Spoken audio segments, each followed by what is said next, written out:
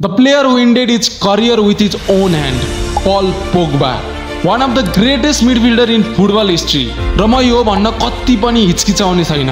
Paul Pogba was one of the greatest player in Juventus history. He was a great midfielder in Manchester United history. He was a successful midfielder for France. जब 2018 मा फ्रान्सले world cup जितेको थियो नि, तब पोग्बाको ठुलो हात थियो अथवा ठुलो खुट्टा थियो. अनफर्चुनेटली उनलाई फुटबलबाट ब्यान गरिएको थियो र त्यो पनि किन?